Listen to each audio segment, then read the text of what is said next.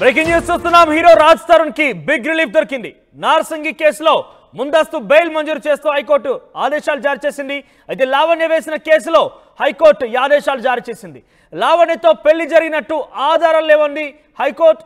పెళ్లి శుభలేఖ అడిగింది ధర్మాసనం. అయితే తమకు సమయం కావాలని లావణ్య తరపున న్యాయవాది అడిగారు.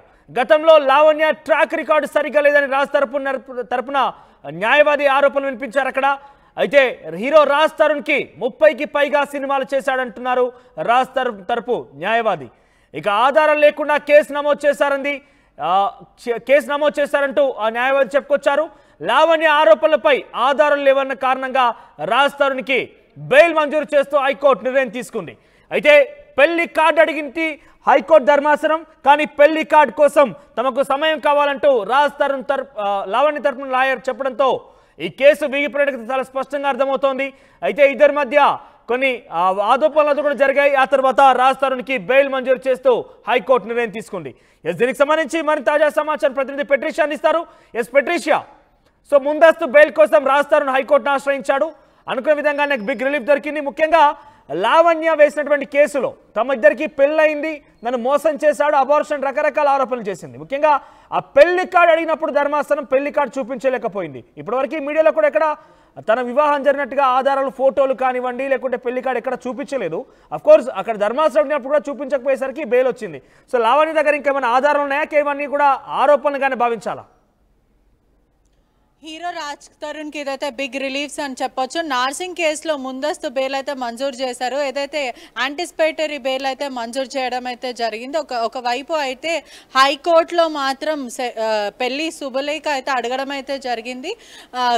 మాకు సమయం కావాలి అంటూ లావణ్య తరపు ఉన్న అడ్వకేట్ అడగడం అయితే జరిగింది. ఒకవైపు మాత్రము పెళ్లికి సంబంధించిన ఎవిడెన్స్ మీరు సబ్మిట్ చేయాలి అని చెప్పడం అయితే జరిగింది. ఒకవైపు కూడా రాజ్ తరుణ్ సుమారుగా 30 వరకు ఏదైతే సినిమాలు చేయడం అయితే జరిగింది. పూర్తిగా కూడా దిలీప్ సుంకర ఎవరైతే లావణ్య తరపు ఉన్న అడ్వకేట్ కూడా మాకు ఒక 2 రోజులు గడువు ఇవ్వండి, ఖచ్చితంగా మేము మీ ముందు ప్రవేశిస్తామని అడిగినప్పటికీ కూడా పూర్తిగా హైకోర్టు మాత్రం దీన్ని అనలైజ్ చేయడం అయితే జరిగింది. ఒకవైపు గతంలో గుంటూరులో ఇచ్చిన మస్తాన్ సాయి మేరకు కూడా ఎఫ్ఐఆర్ అయితే నమోదైంది. ఇప్పుడు ఇతని మీద కూడా ఎలిగేషన్స్గా భావిస్తున్నారు. అదేవిధంగా కూడా పూర్తిగా ఏదైతే మ్యారేజ్ జరిగింది అని మీరు ఆరోపిస్తున్నారో దానికి తరపున ఎవిడెన్స్ ఏదైతే పెళ్లి ఫోటోలే కానీ లేకపోతే పెళ్లికి సంబంధించిన మ్యారేజ్ సర్టిఫికేట్ కానీ ఖచ్చితంగా పెళ్లి కార్డ్ అయినా కానీ పూర్తిగా ఎవిడెన్స్ మాకు ఇవ్వాలంటూ న్యాయస్థానం కోరడం అయితే జరిగింది. దాని ప్రకారం మాకు 2 రోజులు గడువు కావాలి అని ఎవరైతే లావణ్య తరపు ఉన్న అడ్వకేట్ అడగడం అయితే జరిగింది. పూర్తిగా కూడా తనకున్న బ్యాడ్ ఏదైతే గతంలో ఉన్న కండక్ట్ బట్టి అనలైజ్ చేసి తన ట్రాక్ రికార్డు బట్టి బెయిల్ అయితే రాజ్కి ఇవ్వడం అయితే పూర్తిగా జరిగింది. ఒకవైపు కూడా వీళ్ళు మాత్రం 2 రోజుల గడువు ఇవ్వండి అని మెజిస్ట్రేట్ని కోరినప్పటికీ కూడా లేదు, మేము ముందస్తు బెయిల్ మంజూరు చేస్తున్నాము అని రాజ్కి మాత్రం బెయిల్ మంజూరు చేయడం అయితే జరిగింది.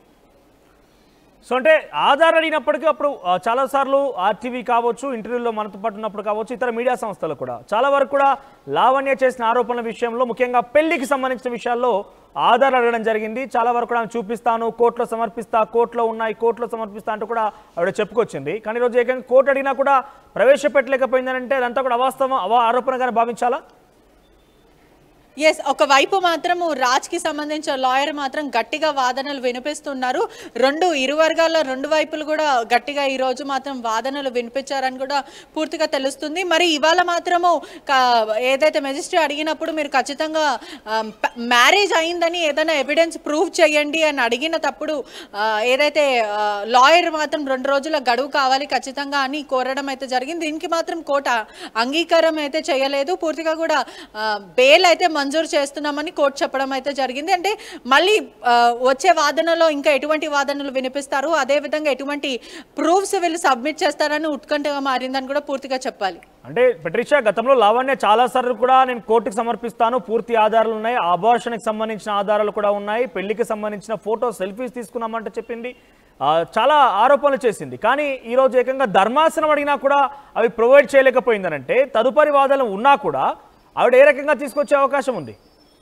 ఖచ్చితంగా ఎస్, ఇంతకీ అందరికీ ఇదే క్వశ్చన్ మార్క్ అయితే ప్రస్తుతం అయితే రేజ్ అవుతుంది. ఎందుకంటే హైకోర్టు అడిగినప్పటికీ, ధర్మాసనం అడిగినప్పటికీ కూడా వీళ్ళు సబ్మిట్ చేయకపోవడం అనేది చాలా క్వశ్చన్ మార్క్. ఇంతకీ ఇవంతా ఎలిగేషన్స్గా భావిస్తున్నామా లేకపోతే ఇంకా ఏంటి అనే క్వశ్చన్స్ కూడా, అనేక క్వశ్చన్స్ ఇప్పుడైతే వెలుగులోకి వస్తున్నాయి. ఒకవైపు మాత్రం ఇప్పుడు ప్రస్తుతానికి మాత్రము 2 రోజుల గడువులు అడిగినప్పటికీ కూడా హైకోర్టు అయితే గడువు ఇవ్వలేదు. ముందస్తు బెయిల్, యాంటిసిపేటరీ బెయిల్ మాత్రం రాజ్ తరుణ్కి మంజూరు చేశారు. నెక్స్ట్ వచ్చే ఫర్దర్ వాదనలో ఎటువంటివైనా కానీ ఎవిడెన్స్తో మీరు రావాలి అంటూ న్యాయస్థానం చెప్పడం కూడా జరిగింది. పూర్తిగా 2 వైపులు, ఒకవైపు రాజ్ తరుణ్ వైపు, మరోవైపు లావణ్య తరపున అడ్వకేట్లు ఇద్దరికి కూడా నెక్స్ట్ వచ్చే వాదనలో ఎవిడెన్స్తో సహా మీరు రావాలి అంటూ పూర్తిగా చెప్పడం అయితే జరిగింది.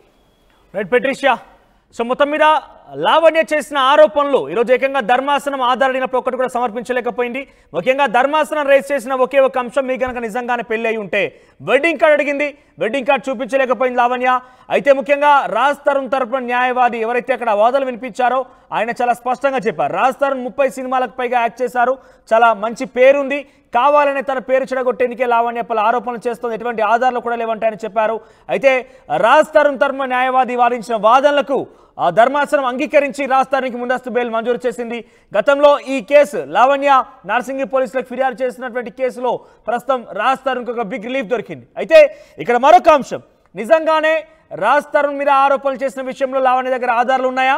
గతంలో పలుమార్లు అనేక మీడియా సంస్థలు ప్రశ్నించినప్పుడు కావచ్చు, ఆయన చాలా వరకు తను మాట్లాడినప్పుడు కావచ్చు, ఆధారాలు ఉన్నాయి, కానీ నేను ధర్మాసనంలోనే ఇస్తాను, నా లాయర్ దగ్గర ఉన్నాయి, లాయర్ కూడా అక్కడ ప్రొడ్యూస్ చేస్తారు, కోర్టులో తేల్చుకుంటామంటూ లావణ్య చెప్పింది. కానీ ఇప్పుడు చూస్తే కోర్టు అడిగినప్పటికీ కూడా లావణ్య ఎటువంటి ఆధారాలు చూపించలేకపోయింది. నిజంగానే లావణ్య దగ్గర ఆధారాలు ఉన్నాయా అనే ప్రశ్న మొదలైంది. మరి చూద్దాం వచ్చేటువంటి వాదనలో లావణ్య ఆధారాలు చూపిస్తుందా లేదా. ఒకవేళ లావణ్య కనుక ఎటువంటి ఆధారాలు చూపించకపోతే కనుక లావణ్య మాత్రం ఈ కేసులో ఒక పెద్ద ఎదురు తెప్ప తగిలే అవకాశం డెఫినెట్గా ఉండబోతుంది.